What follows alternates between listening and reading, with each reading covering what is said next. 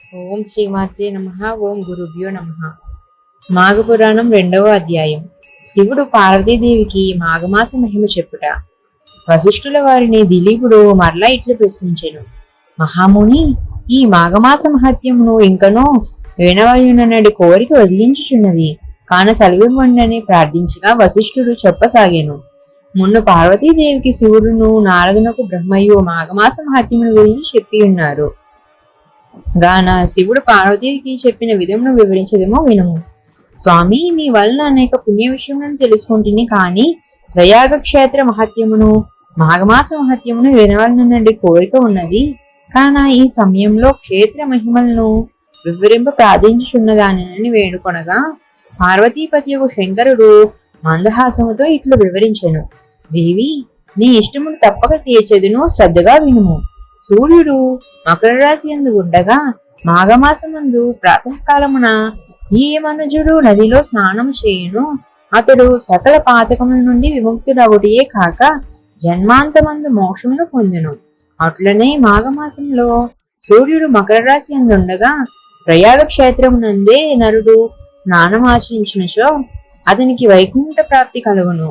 అంతేకాదు, జీవనది ఉన్నను లేకున్నను కడకు గోపాదము మునుగునంత నీరు ఉన్న చోట కాని తటాకమందు కాని మాఘమాసంలో చేసిన ప్రాతకాల స్నానము గొప్ప ఫలం నిచ్చుటియే కాక సమస్త పాపములను వెడదీయును. 2వ రోజు స్నానం చేసిన విష్ణులోకముకు పోవును.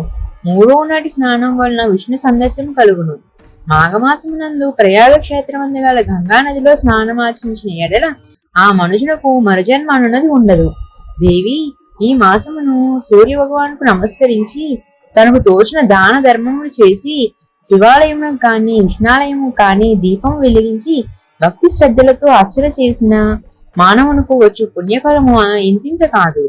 ఏ మానవుడైనను తన శరీరంలో శక్తి లేక కడకు భావ్యందైన స్నానమాచరించి శ్రీవారి దర్శనమును చేసినచో అది రెట్టి కష్టమును అనుభవించుచున్నను ఆ కష్టములు మేఘముల వలె విడిపోయి విముక్తుడగును. ఎవరైనానో తెలిసి గాని తెలియక కాని మాఘమాసంలో సూర్యుడు మకర రాశి ఉండగా నదీ స్నానం ఆచరించిన ఎడ్ల అతనికి అశ్వమేధ యాగం చేసినంత ఫలము తప్పును. అదియును గాక మాఘమాసం అంతయు ప్రాతకాలంలో నదిలో స్నానం చేసి శ్రీమన్నారాయణుని పూజించి సాయంకాల సమయమున మాఘ పురాణము చదివి విష్ణు మందిరము గాని శివాలయము కాని దీపం వెలిగించి ప్రసాదము సేవించిన ఎడ్ల అతనికి తప్పక విష్ణులోక ప్రాప్తి కలుగుటయే కాక పునర్జన్మ ఎన్నటికీ కలగదు. ఇట్లా ఒక్క పురుషులే కాక స్త్రీలు కూడా ఆచరించవచ్చును. మానవుడు జన్మమెత్తిన తర్వాత మరలా ఘోర పాపములు చేసి మరణానంతరమును రౌరవాది నరక బాధలు అనుభవించుట కంటే తాను బ్రతికున్నంత కాలము మాఘమాసమందు నదీ స్నానం చేసి దాన ధర్మాది పుణ్యములను ఆచరించి వైకుంఠ ప్రాప్తి పొందుటయే శ్రేయస్కరము కదా. ఇదే మానవుడు మోక్షం పొందుటకు మార్గము. ఓ పార్వతి, ఏ మానవుడు మాఘమాసమును తృణీకరించునో అట్టివాడు అనుభవించు నరక బాధల గురించి వివరించదును, సావధానముగా ఆలకింపుము. పార్వతి, దుష్ట సహవాసం చేసేవారు, బ్రహ్మహత్యాది మహాపాపములు చేసిన వారు, సువర్ణమును దొంగలించిన వారు, జీవహింస చేయువారు మాఘమాసంలో నదీ స్నానం చేసి విష్ణువును పూజించిన ఎడ్ల వారి సమస్త పాపములు నశించుటే కాక జన్మాంతరమున వైకుంఠ ప్రాప్తి కలుగును. దేవి, ఇంకనూ దీని మహత్యమును వివరించదును వినుము. తెలిసియుండియు పాపములు చేయువాడు, క్రూర కర్మములు ఆచరించువారు, సిగ్గు విడిచి తిరుగువాడు, బ్రహ్మణ దూషకుడు మొదలగు వారు మాఘమాసంలో ఉదయమే నదికి వెళ్లి స్నానం చేసిన ఎడ్ల వారికున్న పాపములన్నీ నాశనమగును. మాఘమాస స్నానమును ప్రాతకాలంలోనే చేయవలను. అలాగును చేసినచో సత్ఫలితం కలుగును. ఏ మానవుడు భక్తి శ్రద్ధలతో మాఘమాసము మొదటి నుండి ఆఖరి పర్యంతము స్నానములు చేసేదని సంకల్పించునో అటువంటి మానవునికి ఉన్న పాపములు తొలగిపోయి ఎటువంటి దోషములు లేక పరిశుద్ధుడగును. అతడు పరమపదము చేరుటకు అర్హుడగును. శాంభవి, 12 మాసములోనూ మాఘమాసం మిక్కిలి ప్రశస్తమైనది. సకల దేవతలలో శ్రీమన్నారాయణుడు ముఖ్యుడు అని శాస్త్రములలో వేదం ప్రధానమైనది. అన్ని జాతుల్లో బ్రాహ్మణుడు అధికుడను, అన్ని పర్వతంలో మేరు పర్వతం గొప్పది. అట్లనే అన్ని మాసంలో మాఘమాసము శ్రేష్టమైన దగుడి చేత ఆ మాసమంతా ఆచరించడి ఏ స్వల్ప కార్యమైనను గొప్ప ఫలితాన్ని కలగజేయును. చలిగానున్నదని స్నానం చేయని మనుష్యుడు తనకు లభించబో పుణ్యఫలమును కాలితో తన్నుకున్నట్లే అగును.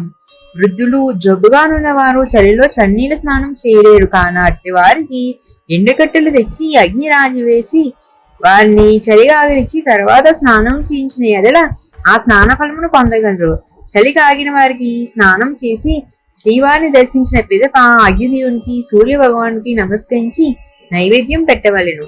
మాఘమాసంలో శుచి అయిన ఒక వేద బ్రాహ్మణునికి వస్త్రదానం చేసిన ఎడల శుభ ఫలితం కలుగును. ఈ విధముగా ఆచరించడి వారిని చూచి ఏ మనుజుడైనను అపహాస్యం చేసినను లేక అడ్డు తగిలినను మహాపాపంలో సంప్రాప్తించును. మాఘమాసం ప్రారంభం కాగానే వృద్ధులకు తండ్రిని తల్లిని భార్యను లేక కుటుంబ సభ్యులందరినీ మాఘమాస స్నానం ఆచరించినట్లు ఏ మానవుడు చేయునో అతనికి మాఘమాస ఫలితం తప్పక కలుగును. కనుక ఓ పార్వతి, మాఘమాస స్నానము వలన ఎట్టి ఫలితం కలుగునో వివరించింది గాన నేను చెప్పిన రీతిని ఆచరించడం అందరికీ శుభప్రదము.